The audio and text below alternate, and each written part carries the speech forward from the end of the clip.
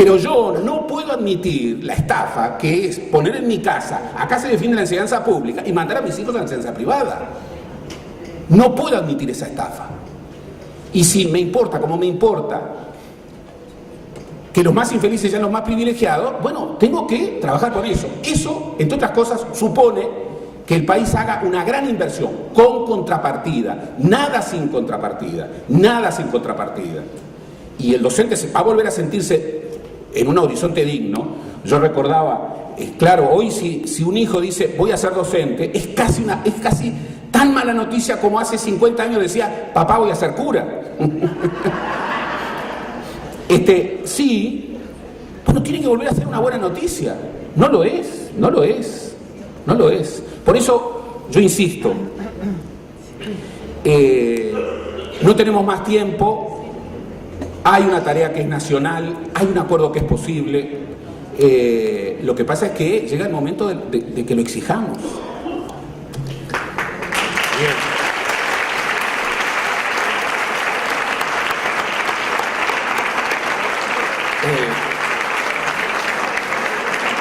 Bien. Tenemos una última pregunta que en realidad es para los tres, y por lo tanto la leo y le pido a cada uno que brevemente comparta la respuesta. Si la mayoría de la sociedad y de los docentes están de acuerdo con ciertos cambios, que además quien formula la pregunta se cuestiona cuáles son esos consensos, la pregunta estricta es ¿por qué se bloquean todas las iniciativas? Renato. A ver, 4 breves cosas. Una es que yo no creo que haya tanto acuerdo en la profundidad de lo que haya que cambiar. Yo creo que lo que hay es muchas veces una cierta expresión de intencionalidad de cambio, pero en realidad la profundidad de los cambios todavía no se ven. Y yo creo que el ejemplo más claro fue el último acuerdo interpartidario, donde más era una expresión de metas, determinadas metas e intenciones, más que una reflexión más profunda sobre los procesos educativos. Yo me atrevo a pensar que estamos en la intencionalidad de cambio estamos de acuerdo. Yo creo que en la profundidad del cambio me parece que todavía falta bastante camino para recorrer. Es decir, ahí hay un punto. El segundo es que yo creo que los cambios se han bloqueado en gran parte porque ha primado perversamente en Uruguay la teoría de lo políticamente correcto.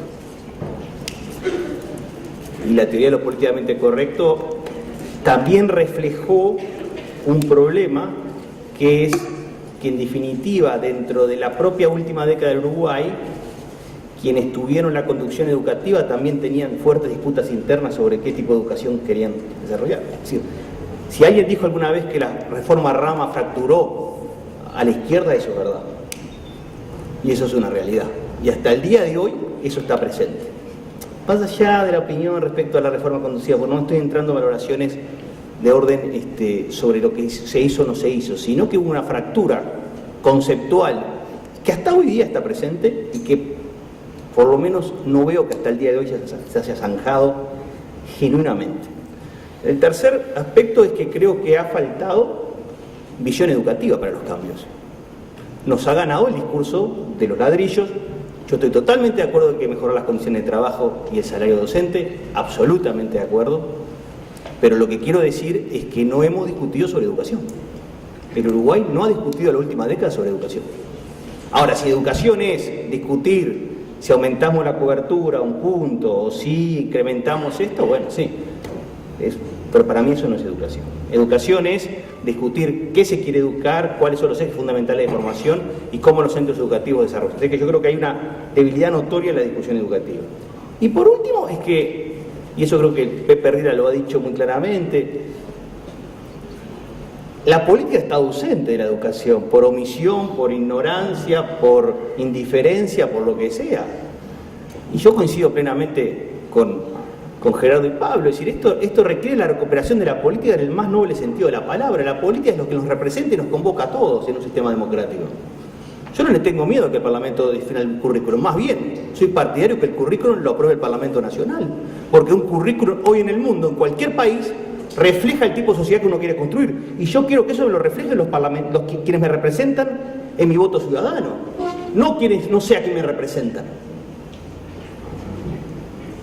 No quiero que lo que van a estudiar mis hijos me lo definan en un cenáculo 4 o 5. Prefiero que me lo definan lo que van a estudiar mis hijos, me lo defina la sociedad a través de su canal de representación política generalmente democrática. Por eso yo soy partidario que sí, que el currículum, el marco curricular nacional, que yo creo que el Uruguay debería tener, sea definido, discutido y aprobado en el Parlamento y después sea criterio orientativo para quienes están en los cargos, implementen ese marco curricular, no lo que a ellos se les ocurre que tienen que hacer. Entonces, frente a los cenáculos, democracia. Y democracia es el Parlamento y la gente que nos representa a cada uno de nosotros. Yo no quiero que mi voto ciudadano me lo estropeen algunos en el desarrollo educativo de la generación futura. No lo quiero para el Uruguay. Pablo. Lo primero, capaz que ahí tenemos un matiz con Renato. Yo sí creo que hay un consenso amplio sobre un montón de cosas que hay para hacer. Diría, lo siento cotidianamente. Hace 15 o 20 años yo me gané fama de neoliberal y pinochetista por decir cosas como que había que darle más autonomía a los centros educativos y fortalecer el liderazgo dentro de los centros. Hoy en día eso está en la ley de educación.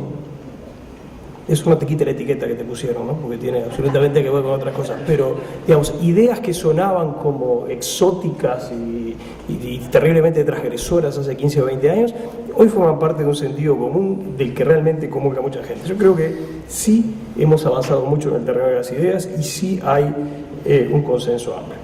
¿Por qué se bloquea todo?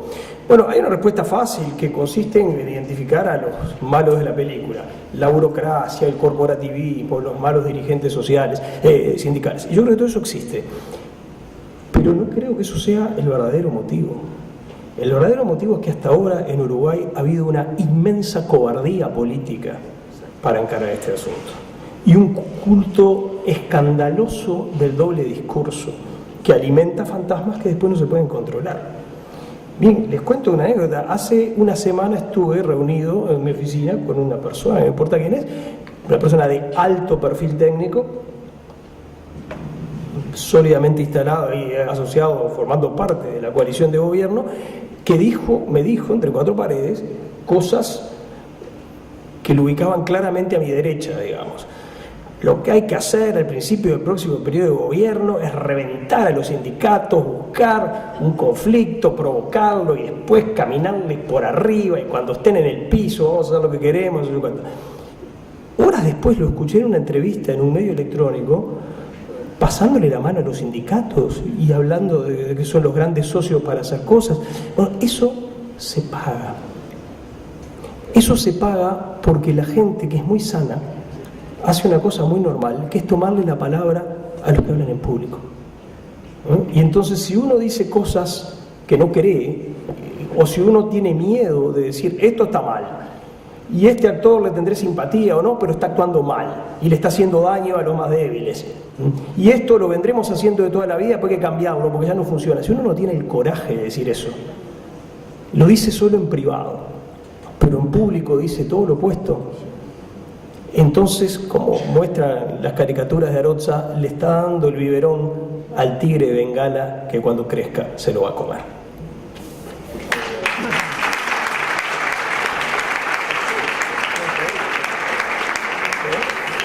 Gerardo.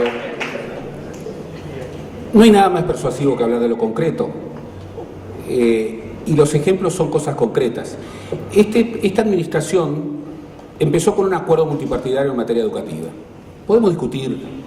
Los acuerdos multipartidarios en cualquier tema siempre no pueden ser otra cosa, grandes horizontes. No le pidan a un acuerdo pluripartidario en materia educativa que haga lo que establezca un programa de desarrollo. No, es un acuerdo sobre grandes lineamientos que luego se aterrizan. Luego, 3 años después, hubo otro acuerdo que venía a sumarse sobre ese. Y en determinado momento, obviamente cuando se acercaba la siempre anticipada competencia preelectoral, se rompió el acuerdo. se rompió el acuerdo. Claro, y ahí cambió el Codicen. Y el cambio del Codicen, que fue impuesto en un régimen de autonomías por la decisión del presidente, llevó a que, bueno, los dos integrantes por parte del gobierno en el Codicen dejaran de estar y tuvieran nuevos. Uno de esos integrantes, a los 5 días, habló en un acto político partidario y dijo: en una sociedad de clases no puede haber políticas de Estado. Bueno, entonces lo que yo pregunto es, ¿por qué esa persona estuvo 3 años en la autoridad de la enseñanza en un país en donde el presidente había hecho el discurso que hizo en la inauguración, había un acuerdo multipartidario que planteaba un horizonte de políticas de Estado, y luego ese acuerdo fue refrendado por un nuevo acuerdo? Claro, si yo nombro para ejecutar un acuerdo a la persona que, desde una visión totalmente dogmática, dice que en una sociedad de clases no puede haber políticas de Estado, bueno, obviamente que voy a fracasar. Y yo frente a esto sigo insistiendo: no va a haber transformación en el plano educativo sin niveles de acuerdo político partidario. Los partidos son, en este país, los grandes representantes ciudadanos.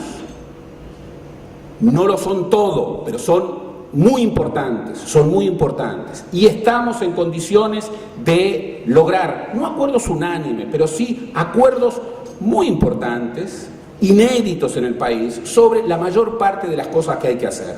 Por supuesto, son acuerdos genéricos, rumbos, pero que entre otras cosas tienen la virtud de devolverle a la sociedad la idea de que acá hay un rumbo y hay un compromiso.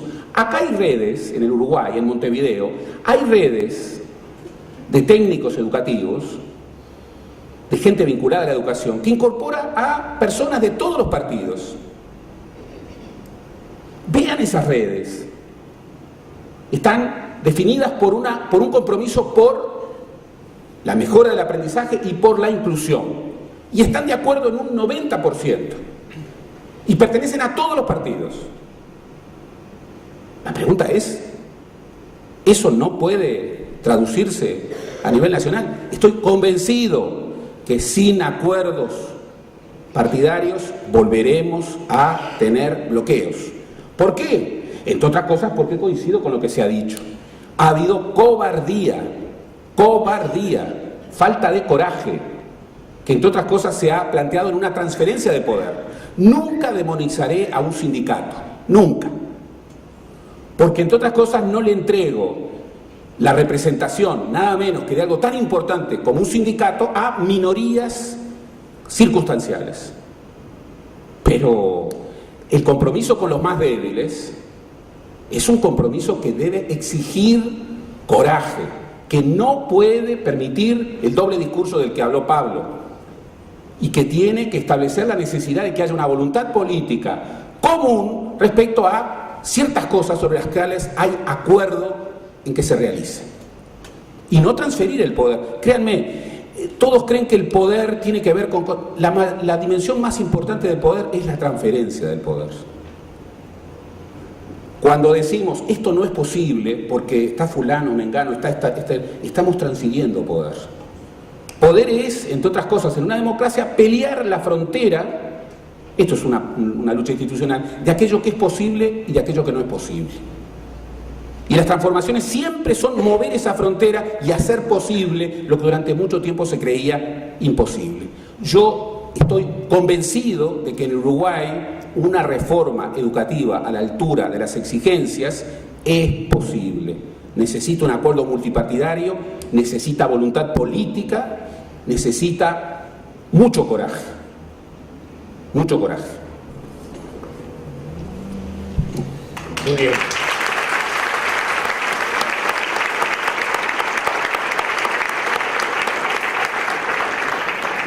Creo que interpreto a todos diciendo que fue un honor y un placer profesional tener esta mesa y la que antecedió y ser parte de una institución que genera las condiciones para el debate y la búsqueda de consensos para construir un cambio que sin duda es posible. Gracias a todos.